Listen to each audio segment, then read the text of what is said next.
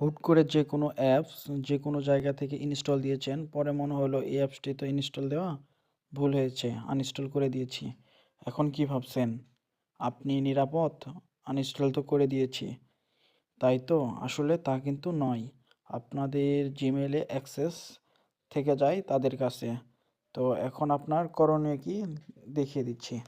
প্রথমে আপনার ফোনের সেটিংয়ে চলে আসবেন। আসার পরে এখানে গুগলে চলে আসবেন।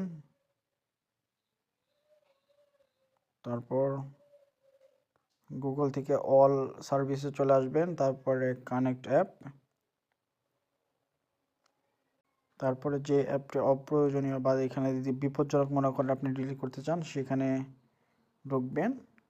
ঢোকার পর সি ডিটেলস, তারপর stop using sign up with Google, এটা কনফার্ম করে দিবেন।